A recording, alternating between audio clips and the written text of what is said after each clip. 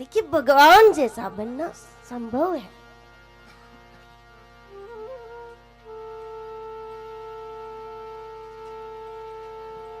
भगवान की प्राप्ति भी संभव है,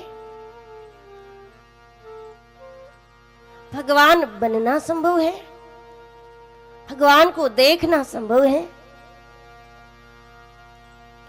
भगवान को अपने इशारे पर नचाना संभव है।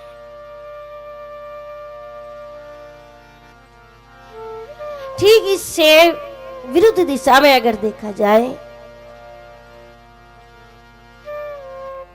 तो संसार की प्राप्ति संभव नहीं है। संसार के जैसा बनना संभव नहीं है। संसार को अपना बना लेना भी संभव नहीं है।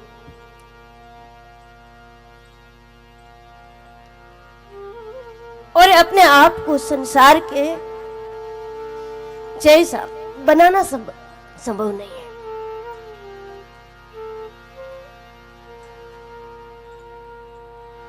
ये सब संभव है जो अध्यात्म में ही संभव है। अगर चाहो प्राप्ति कर सको, अगर चाहो देख सको, अपने वश में कर सको, उसको भी अपना बना सको और अपने आप को उसका भी बना सको। ये सब अध्यात्म में, सब ईश्वर में संभव है। ये सब करने का हमारा प्रयास संसार की दिशा में रहा। कई जन्मों से हम ये सब प्रयास करें कि हम संसार जैसे हो जाए या संसार हमारे जैसा हो जाए, हम संसार के हो जाए, ये संसार को अपना बना ले, संसार की प्राप्ति कर ले। कभी कभी हम सभी को प्राप्ति का आभास होता है। संसार में हमने बहुत कुछ प्राप्त कर लिया, हमने बहुत कुछ, हमको बहुत कुछ मिल गया। बड़ी विचित्रता है संसार की कि वो प्राप्ति का आभास करा देता है, प्राप्त नहीं होता।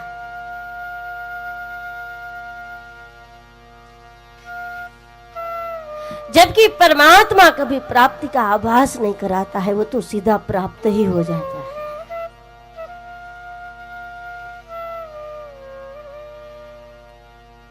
इसी भ्रम में पता नहीं कितने जन्म बीते, कितनी उम्र बीती। मुझे मिल जाएगा संसार अथवा मुझे मिल गया है संसार, संसार से मुझे बहुत कुछ प्राप्त हुआ है या फिर संसार से मुझे बहुत कुछ प्राप्त हो सकता है। उसी भ्रम में कितने जन्म बीते, कितनी उम्र बीती। सबसे बड़ी परेशानी यह है कि कुछ हाथ नहीं लगा। इस बात का पता तब चलता है जब हम कुछ करने योग्य नहीं रहते हैं। उस समय जैसे आग लग गई हो किसी के घर में और बर्तन निकाल लिए, कपड़े निकाल लिए, गहने निकाल लिए और सब निकालने के बाद खुश हो गए कि सब निकाल लिया, सब बच गया हमारा। लेकिन बहुत देर के बाद पता चला कि कोई बच्चा सो रहा था, उसी को बाहर करना भूल गया। और जब पता चलेगा कि हमने बर्तन, गहने, कपड़े, पूरा सामान बाहर कर लिया घर का, कुछ भी नहीं जला हमारा, उस समय एक दो क्षण पर हमारी खुशी रहेगी कि सब बचा लिया, सब बचा लिया, सब बचा लिया। जैसे ही कोई स्मरण करा देगा कि वो बच्चा कहाँ गया, और जब उसका स्मरण होगा कि हम उसी को बाहर करना भूल गए, बच्चे को बाहर करना भूल गए, तो जो नाच रहे थे सब बचा लिया, सब बचा लिया। वो उसी सेकंड सब कुछ बचाने के बावजूद भी उसी सेकंड उसका रोना धोना शुरू हो जाएगा कि हमारा सर्वनाश हो गया, हमारा सर्वनाश हो गया। लेकिन वही परिस्थिति वही है जिस परिस्थिति में आप कह रहे थे सब बचा लिया, और उसी परिस्थिति में मातम मनाने लगे कि हमारा सब चला गया, सब चला गया। उसी परिस्थिति में, क्योंकि फर्क उस स्मरण का है।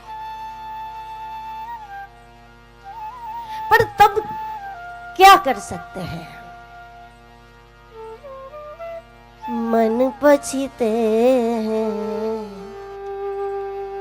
अवसर बीते,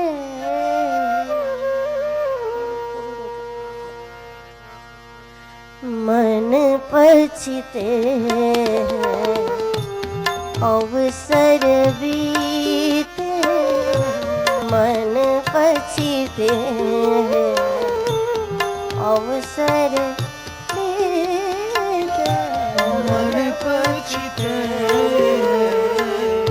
अवसर बीते, दुर्लभ देह पाई हरि पद भजू, दुर्लभ देह पाई हरि पद भजू, दुर्लभ देह पाई हरि पद भजू, दुर्लभ देह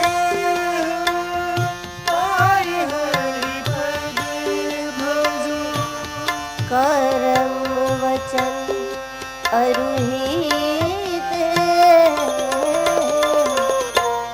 मन पछते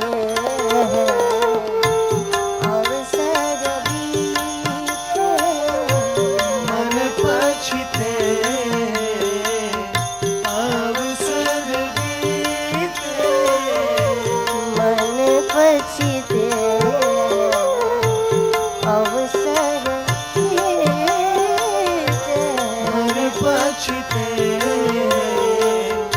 अवसर बीते, मन पछते अवसर बीते, मन पछते अवसर बीते, अवसर बीते। कईयों को पछतावा हुआ, लेकिन फिर क्या कर सकते। तुलसीदास ने लिखा, सहस बाहु सहस्त्रार्जुन रावण,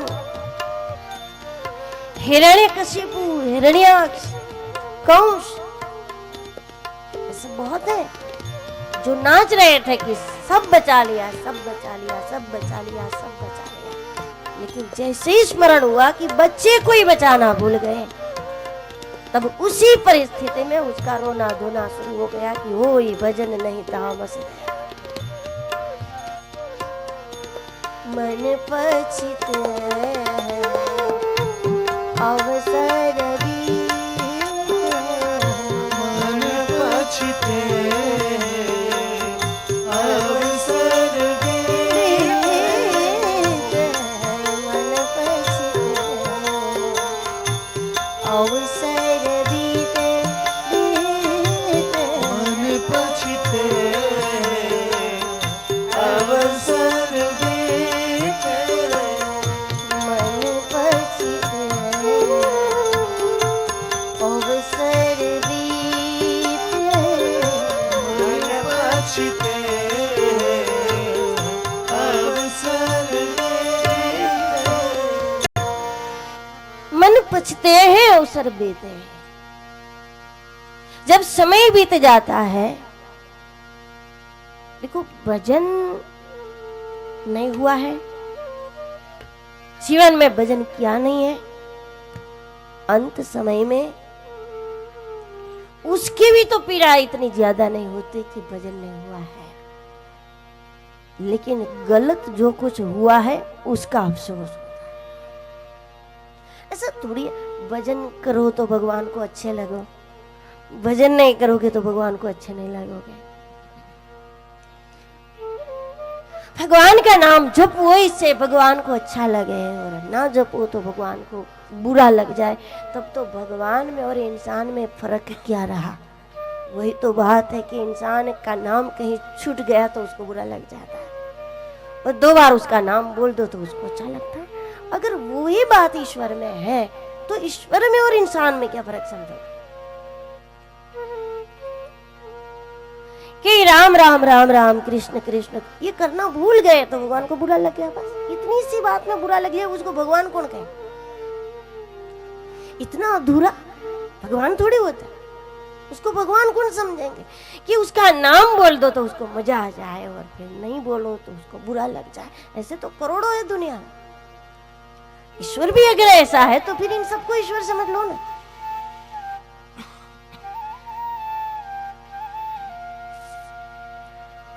पर ऐसा हो ही नहीं सकता कि भगवान को भजो, उसका नाम जपो तो उसको अच्छा लगे, नहीं जपते तो उसको बुरा लग जाए। हमें इसलिए नहीं भजना है कि उसको अच्छा लगे, हमें इसलिए भजना है कि हमारा अच्छा हो जाए, हमारा भला हो जाए, हमारा अपना कल्याण हो जाए। भजन न करने से नुकसान नहीं होता, और कुछ करने से नुकसान होता है। और जो भजन नहीं करता वो कुछ तो करता है ना, बस उसी से मन पछीते अवसर बीते।